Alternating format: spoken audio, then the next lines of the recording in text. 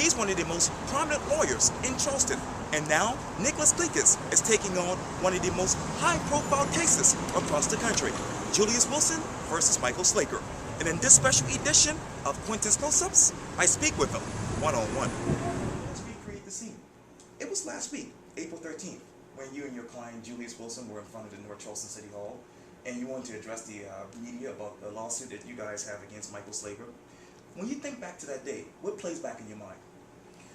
Well, the importance of bringing public the fact that Officer Slager overstepped his authority as a police officer, both with my client and with Mr. Wilson. And let's go, in depth with that, because it was August 25th, 2014, when Julius was stopped by the former North Charleston police officer. Can you briefly tell me what happened thereafter? He was stopped for supposedly a broken taillight, which is usually an investigatory stop. He had a valid driver's license for the state of Georgia, but his license was suspended in South Carolina. And as a result of that, they wanted to arrest him for the DUS in South Carolina. He was not interested in being arrested for what he thought was a valid Georgia's driver's license, and did not really want to get out of the car at that point. But once they got him out of the car, he was subdued and on the ground with his hands out, his face down, two officers on his back, and then he was tased by Officer Slager. And so our position was that that was a violation of his civil rights because it was not the time to tase him. You can't use a taser as a sword. You're supposed to use it as a shield. If you're being attacked, you can use a taser to stop an attack or an aggression. But once a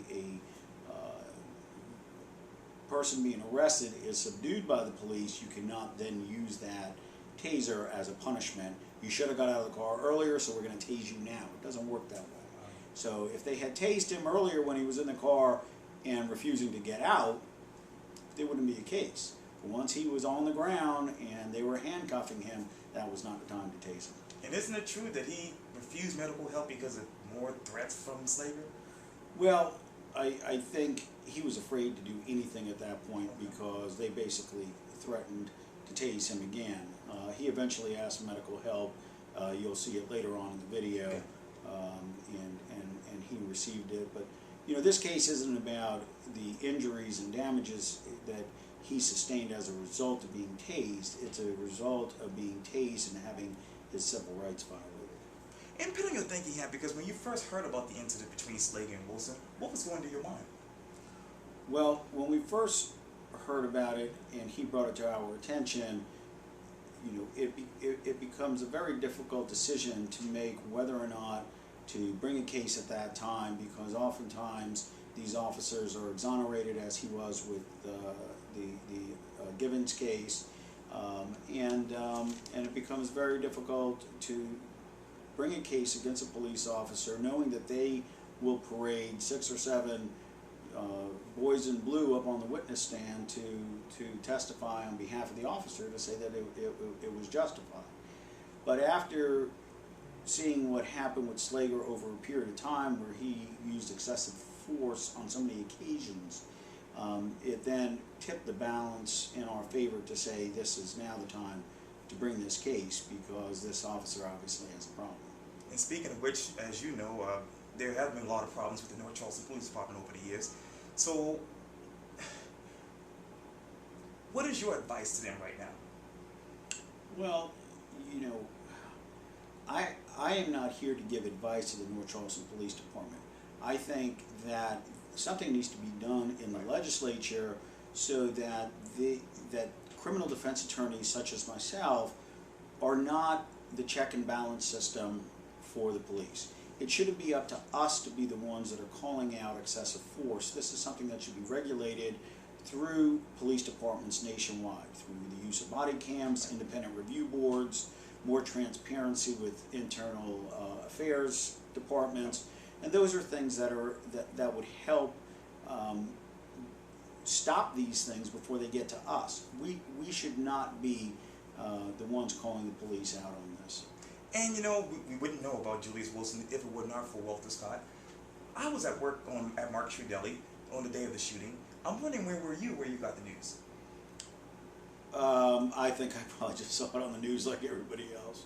I mean, there was nothing, you know, that happened during office hours. I think I was at home at night and heard that he had been charged with murder, and at that point we came back in and discussed it here at the office. One of our paralegals said, I think Slager was the arresting officer in the Wilson case. And let's talk about the video of Walter Scott being shot around the world. A lot of people have seen it. They were outraged by it, what they saw. And I'm wondering, where were you emotionally when you saw the video?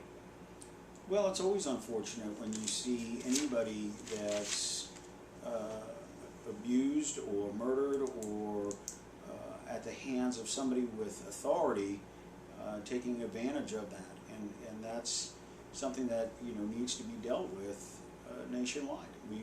It's not just on black individuals, it's on anybody that's being arrested. It's unfortunate that some of these officers, and it's a small percentage of them, but we're seeing more and more of it because of video being so prolific that you know, these officers are getting called out now. It's not right. I mean, I don't like to see a dog abuse, much less a human being. So it has to stop. Yeah. And one last thing I want to ask you is this, and finish this sentence for me. Julius Wilson wants what?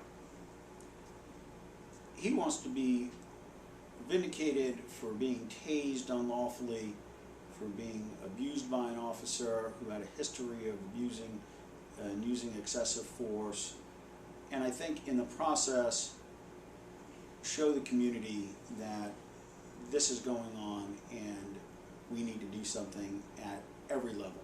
At the street level with the police and body cameras, on up to Columbia and the legislature, or even nationally, federally, to stop police from exceeding their authority. Body cameras will. Body cameras will help. Yeah. It will certainly help. It's not the end of all ends, but it certainly is a lot better when, and it's better for the officers too. If somebody is truly going after an officer and trying to get their weapon and trying to take advantage of the officer, and he shoots him, then that's his defense. And look at the video. Right. You know the way they say a picture's worth 1,000 words, a video's worth 10,000. You know. Well, Clekis, it's so good talking to you. Great to see you, Mr. Washington. Thanks for coming by. Yeah, I Hope to appreciate see you it. soon.